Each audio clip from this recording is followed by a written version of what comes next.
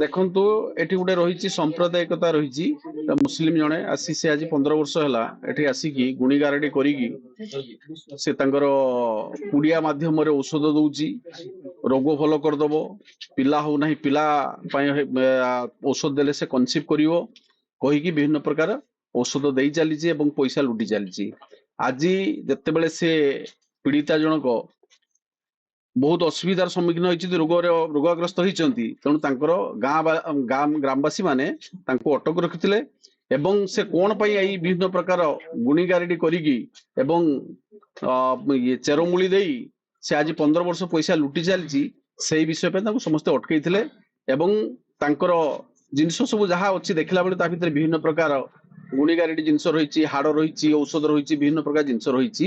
ତେଣୁ ସେଇ ତାଙ୍କୁ ଗୁଣିଗାରେଡିର ସନ୍ଦେହ କରି ତାଙ୍କୁ ଅଟକ ରଖିଥିଲେ। ବିଭିନ୍ନ ପ୍ରକାର ପଚରାଉଚରା ଗଣ୍ଡଗୋଳ ପରିସ୍ଥିତି ଉପୁଜିଥିଲା, ତା ଭଲ ଭାବରେ ସମାଧାନ ହେଇଛି ଏବଂ ସେ ମଧ୍ୟ ମାନୁଛନ୍ତି ଯେ ସେ ଗୁଣିଗାରେଡି କରନ୍ତି, କିନ୍ତୁ ସେ ସ୍ୱୀକାର କରୁନାହାନ୍ତି ବର୍ତ୍ତମାନ ସୁଦ୍ଧା ଯେ ଏଇ ଜାଗାରେ ସେ ତାଙ୍କୁ ମାନେ ଗୁଣିଗାରେଡି କରି ତାଙ୍କୁ କିଛି ଗୋଟେ ବଶ କରିଛନ୍ତି ବୋଲି ମାନୁନାହାନ୍ତି। କିନ୍ତୁ ସେ ସ୍ୱୀକାର କରୁଛନ୍ତି ଯେ ମୁଁ ଔଷଧ ଦେଇଥିଲି, ମୁଁ ବିଭିନ୍ନ ପ୍ରକାର କାଳପୁରୁଷା ଛଡେଇଛି, ସବୁ କିଛି ମାନୁଛନ୍ତି। ସେଇଥିପାଇଁ ଏଇ ଆଜି ଯେଇ ଡିସ୍ପ୍ୟୁଟଟା ଉପୁଜିଥିଲା ଏଠି ତାକୁ ସମାଧାନ କରାହେଇଛି ଏବଂ ସେ ଯୋଉ ପଇସା ନେଇଥିଲା କିଛି ପଇସା ଫେରେଇଛନ୍ତି, ଅବଶିଷ୍ଟ ପଇସା ଫେରେଇ ନାହାନ୍ତି। ସେ ବି ନାହିଁ ଯେତେବେଳେ ଆମେ ଜାଣିବାକୁ ପାଇଲୁ ତାଙ୍କର ପଞ୍ଚାୟତ যেটা কাদরেয়ারে তাଙ୍କର ଘର, ସେଠି ଲୋକଙ୍କୁ ପଚାରି ମଧ୍ୟ ବୁଝିଲୁ ଯେ ସେ ଟାଉଟର ଶ୍ରେଣୀର ଲୋକଟିଏ, କିଛି ଜାଣିନି, ଗୁଣିଗାରେଡି ଅଳ୍ପ କିଛି ଜାଣିଛି, ଏପଟ ସେପଟ କରିକି ସେଇଥିରେ ସେ ଜୀବିକା ନିର୍ବାହ କରେ।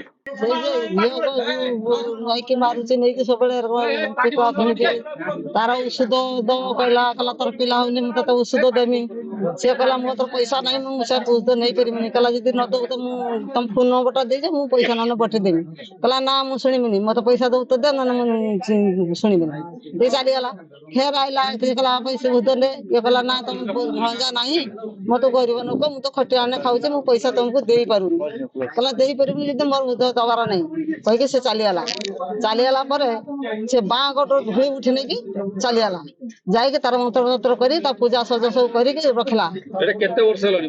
ଏଟା 17 ବର୍ଷ ତଳେ କଥା କହୁଛି। 17 ବର୍ଷ ଧରି ଏଇଭଳିଆ ଚାଲିଛି। ଏଇଭଳିଆ ଚାଲିଛି। ଆଜି ଯେ ଧରିଲେ ତାକୁ କେମିତି ଧରିଲେ? ଆଜି ଯେ ଧରିଲେ 3 ବର୍ଷ, ଏଇ 3 ମାସ ଭିତରେ ଆମେ ଏ କାମ କରିଛୁ। ସେ ଯାହା ବି ଥାଉ ମାରିଆ ଥିଲା, ଏ 3 ମାସ ଭିତରେ ଏরকম କାମ କରିଛି। ପଦାକୁ ଗୋରୁ ବାଣ୍ଟି ହେଇଥିଲା, ତାକୁ ଗୋରୁ ଗ୍ୟାସ ଆଇଲା। ଗୋରୁ ଗ୍ୟାସ ଆସିକି ଘର ତର ତ ପହଞ୍ଚିଗଲା। ଦେଖିଲା ମତେ ଖାଲି ଗୋରୁ ଗ୍ୟାସ ହଉଛି, ବାନ୍ତି ଉଠିଲା। ତା ନିଜ ଗୋରୁ ଏଠି ଗୁହାଳ ବାନ୍ଧିଲା। ବାନ୍ଧି ସେ ଗୋରୁ ଏଟା ଚାହିଁଦେଲା, ଗୋରୁ ଖାଇଯିବି। ଏଇ ଯେ ଗୁଣିଗାରେଡି ନେଇକି ତୁମ ଗାଁକୁ ଅଟକ କରିଛନ୍ତି, କଣ ଜାଣିଛ, କଣ କରୁଛ ଘର ଲୋକ ଉପରେ? ସିଏ ମତେ ଯାଇଥିଲେ ଆଣିବା ପାଇଁ, ମୁଁ ଉଦ ଆଣିକି ଦେଇଥିଲି। 2500 ଟଙ୍କା ମୁଁ ନେଇଥିଲି, ତାଙ୍କ 2500 ଟଙ୍କା ଘୁରି ଦେଇଛି। ତୁମେ ଡାକ୍ତର ନା କଣ? ମୁଁ ଲୋକ କତ୍ର ଆଣିକି ଦେଇଥିଲି। ଡାକ୍ତର ନା କଣ? ନା ଡାକ୍ତର ଫାକ୍ତର ଔଷଧ କେମିତି ଦଉଛନ୍ତି? ମୁଁ କିଛି ଗୁଣ ଶିଖେ, ଫୁକାଫୁକି ଜାଣେ। ଆଜ୍ଞା, ସିଏ ଏସବୁ ଧନ୍ଦା ନାହିଁ। ସିଏ କଣ ପାଇଁ ଡାକିଥିଲେ? ମେଡିସିନ ଖାଇଲେ? ତାଙ୍କ ଅସୁବିଧା କଣ ହେଇଥିଲା? ତାର ଗଲେ କହିଲେ କି ମୋ ବୋଉ ଏରକମ ହଉଛି, ବାପ ଟିକେ ଯିବ ତ ଆମକୁ ଉଦ୍ୟମ ପାଖକୁ। ତୁମେ ଯେ କାଳପୁରୁଷା ଛଡଉଛ, ତୁମେ ବର୍ତ୍ତମାନ ଟିକେ ଆଗରୁ ଦସ୍ତଖତ ମାରି ଜାଣିନ, ତୁମେ ଟିପ ମାରୁଛ। ତୁମେ ଟିପ ମାରୁଛ, ତାପରେ ଔଷଧ ଆଣିକି ଦଉଛ, କେମିତିଆ ଦଉଛ? ମୁଁ ଲୋକ ପତ୍ର ଆଣିକି ଦେନେ ଲୋକ ଭଲ ହେଇଯାଉଛନ୍ତି, ମୁଁ ସେଇ ଯୋଗୁରୁ ଆଣେ। ତୁମ ପାଖରେ ୟା ପାଖରେ ଗୁଣି ପାଖରେ ଗୋଟେ ଅଧିବାସୀ ଲୋକ ଆସିଥିଲା, ତା ପାଖରେ ନେଇଥିଲି। ଫୁଙ୍କାଫୁଙ୍କି ଶିଖିଛ? ଅଳ୍ପ ସ୍ୱଳ୍ପ ଜାଣେ।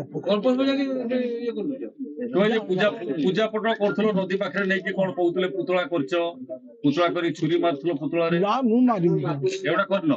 ମୁଁ ମାରିନି। ସିଏ ନିଜେ କଣ୍ଟା ମାରିଥିଲେ, ଗଛରେ ମାରା ହୁଏ। କିଏ ମାରିଥିଲା? ସେ ଛୋଟା। ହଁ, ମୁଁ କହିଲି ମାର ବାପ ବୋଲି ଡାକ। ଆଜି ନୁହେଁ, ସେ ହେଇଗଲା 16-17 ବର୍ଷ।